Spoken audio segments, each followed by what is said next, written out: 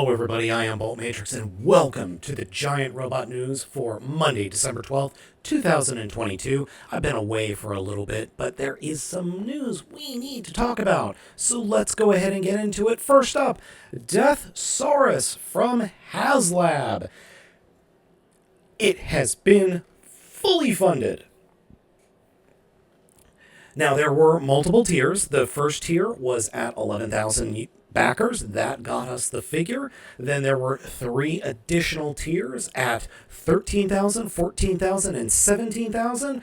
Guess what, folks? We have blown past that 17,000 backers.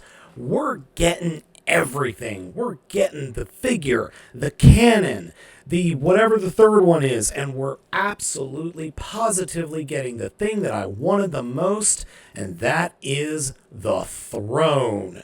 We are getting the giant arse throne. So here is the metal destroying cannon, the flail, the blast effects, all of this goodies, and finally, my favorite, the throne. It is the space toilet for destruction. And yeah, I really want the throne. I am stoked for this thing next year. And today is the day that I got my victory saber. So I haven't broken into it yet, but everything I've seen online says it's really good. So I'm really looking forward to that. All right, we got Deathsarus. It's fully funded. We're getting everything. Next story. At the Game Awards this year, hosted by Jeff Keighley, there was a trailer for a Transformers game, which was completely out of left field. Nobody had any idea that this thing was coming. The game is called Transformers Reactive, and it's going to be a... it's really hard to describe what this game is going to be. It's not a first-person shooter. It is a third-person game. But it's a 4-player cooperative game, or 1 to 4 players co-op game, where you're a Transformer and you're going to be fighting some weird biomechanical thing from space that has invaded Earth.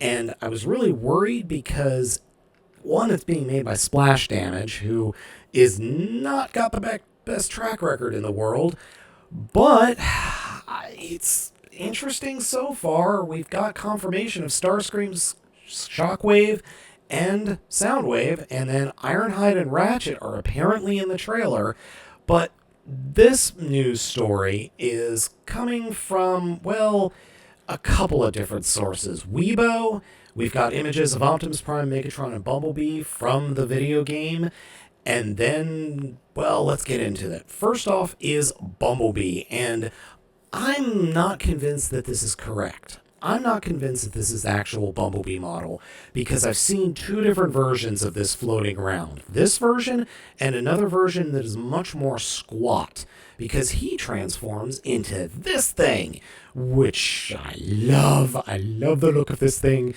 I love the fact that it's a Mad Maxy Volkswagen bug, dune buggy thing. Yeah, it's not a Volkswagen bug. It's a dune buggy thing, and I absolutely love it. And I also really dig this version of Optimus Prime. The original G1 aesthetic is there, but it's definitely very heroic looking, and it looks so good. And then the vehicle mode. Oh, I love this vehicle mode. Very Mad Maxy again, or I should say Mad Max Fury Road specifically. It's really good. It's really, really good. The proportions are perfect. And from the back, it looks really good. And then the coup d'etat, no, that is not the words I meant to use. The thing that I really like is this Megatron. Yes, that design works really well for me. I love the look. And then the tank mode looks like something out of Earth Defense Force, which I love that game. I love those games. And this just works for me really well. Now, there is a picture of the back of the tank mode floating around, and it definitely has homages to Transformers Cyberverse Megatron, especially the toy, because the hips are back here on the back of the figure, or the back of the tank mode. So yeah, I'm really curious to see more about this game. There's going to be an open beta later in 2023. Still really don't have any idea about anything else other than it's not first person, it's a co-op game, and you're fighting alien thingies. Yeah, I'm looking forward to it, but there are also 4 humans in the trailer that I'm wondering if you're going to be able to play as both humans and Transformers. Unknown yet.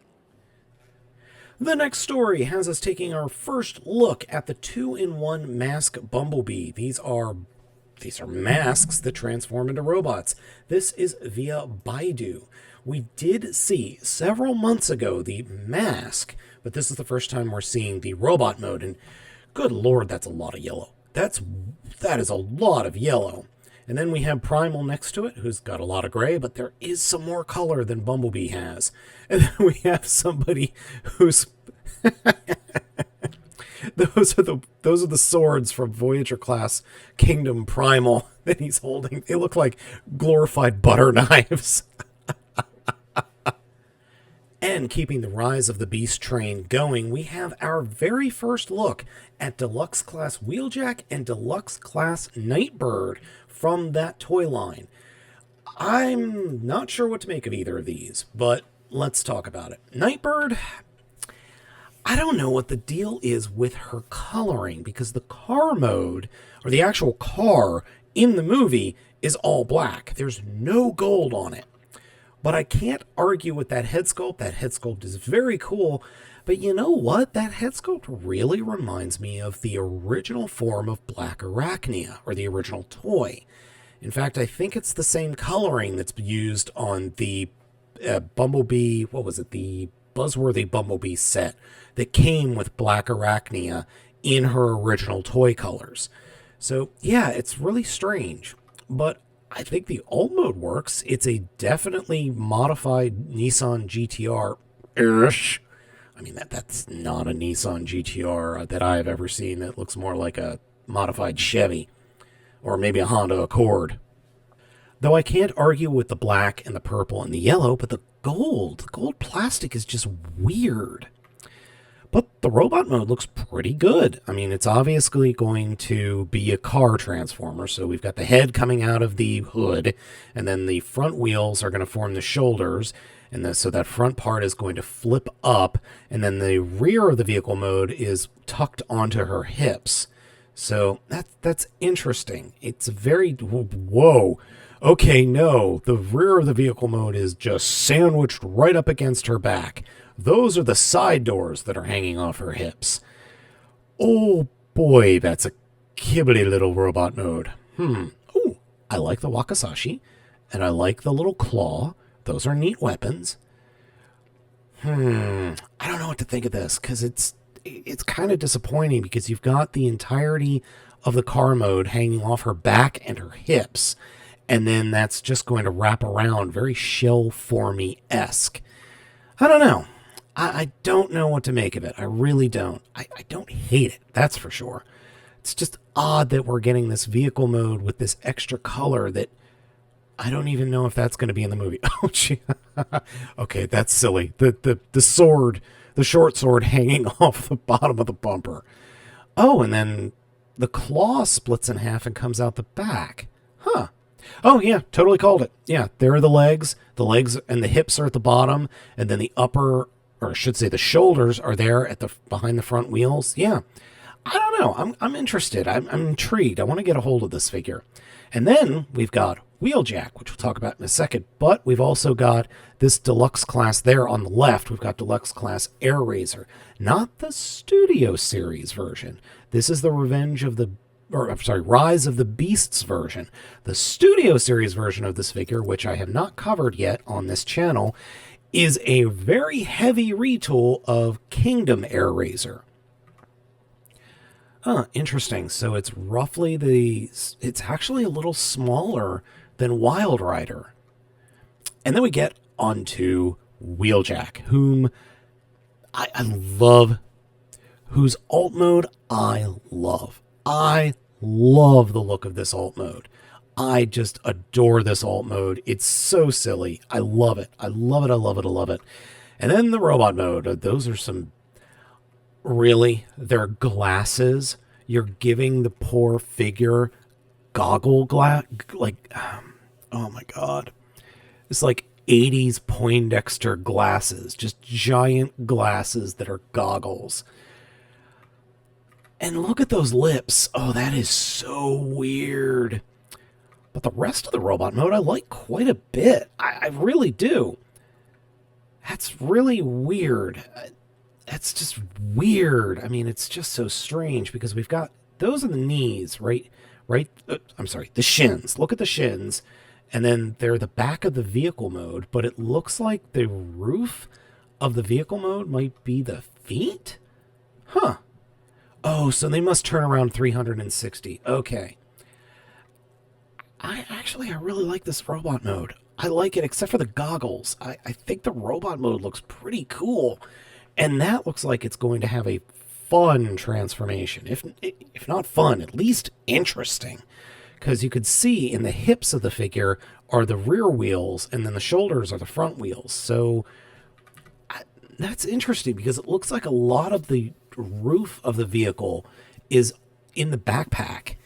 Huh, that's interesting. I'm really curious to see how this thing transforms. I really do like this. I like this alt mode. I honestly do. And then the gun, yeah. All right, yeah, there's the shoulders, the arms, then the hip. Oh, interesting. So oh, that's interesting. It looks like the entire head slides down on a slide there in the middle and then connects to the rest of the body. And yeah, the arms form the bottom of the vehicle mode with the doors and the shoulders. Oh, this is going to be an interesting figure to get a hold of. This is going to be interesting. It's not that big. Yeah, there's a old Wheeljack from that one toy line whose name is escaping me. Kingdom. That's it. Kingdom. Yeah, I think this Wheeljack is going to be neat. I'm looking forward to getting a hold of this Wheeljack. Heck, I'm looking forward to getting a hold of both of these figures. And finally, we've got our first full look at Legacy Evolution Leader T Transformers Prime Skyquake. Now, we had seen this figure a few days ago, so I'm going to show you those pictures first. Slightly mistransformed, and what I'm going to point out is a couple of the mistransformations. Here it is next to Leader Class Grimlock and Voyager Class Starscream. It fits somewhere between a Studio Series Leader and a... Well, I'm assuming that's actually... Yeah, no, that's Voyager Class Earthrise Starscream. Or maybe that's the Leader Class that comes with the throne. I don't know. The robot mode looks great. It looks absolutely fantastic, but you need to be aware that this is mistransformed. The shoulder pads aren't supposed to be all the way perpendicular. They're supposed to be angled down a little bit, and the forearms, there's actually a little panel that folds down to cover up the forearms. The vehicle mode looks absolutely fantastic. I cannot fault the vehicle mode at all. And the robot mode looks equally really good, except the face, I think, needs more paint. But then again, I don't remember Skyquake being in the show that long. Dreadwing, on the other hand, was definitely in the show longer. Yeah, I think it's a good figure. Now, let's look at some more accurate pictures. This is from the same folks who revealed it over on Facebook. You can see those forearms are closed up, and you can also see that the shoulder pads are folded down a little bit. Now, I appreciate the forearms being closed up, but I kind of like the shoulder pads being straight across perpendicular. I like that a little more. That's just me. And the vehicle mode can hold his gun, or his Gatling gun, underneath it, which is a great touch. Yeah, that's really cool. Now, interestingly, apparently Needlenose can dock with this figure. Huh. Interesting. So what does that mean exactly? I don't remember Skyquake or Dreadwing docking with anything in that manner. So folks in the comment on the story are pointing out Machine Wars, specifically the G2 Machine Wars from Europe. And that allowed the figures to dock on top of it. That's an interesting touch. That's very, very, very, very interesting. I wonder if we're going to see a Machine Wars repaint going forward. And then somebody else on Twitter pointed this out. So Skyquake merges with Needle Nose. Doesn't that mean a lot of Jet Mode Combiner redeco potential here? So we have Dreadwind and Darkwing. And then we have G2, Dreadwind and Smokescreen. And then we have Beast Wars the Second, BB and Starscream. And then we have Giant Bomb and Smoke Sniper. I have no idea who those characters are. But this one intrigues me. A Beast Wars Second. That's very interesting because BB, or I should say the Gen 2 one also, Smokescreen or Starscream pegged into the very back. It didn't dock on top. But that is interesting. Maybe there's a triple changing BB or triple changing Dreadwing in the future. To turn into a tank. Who knows?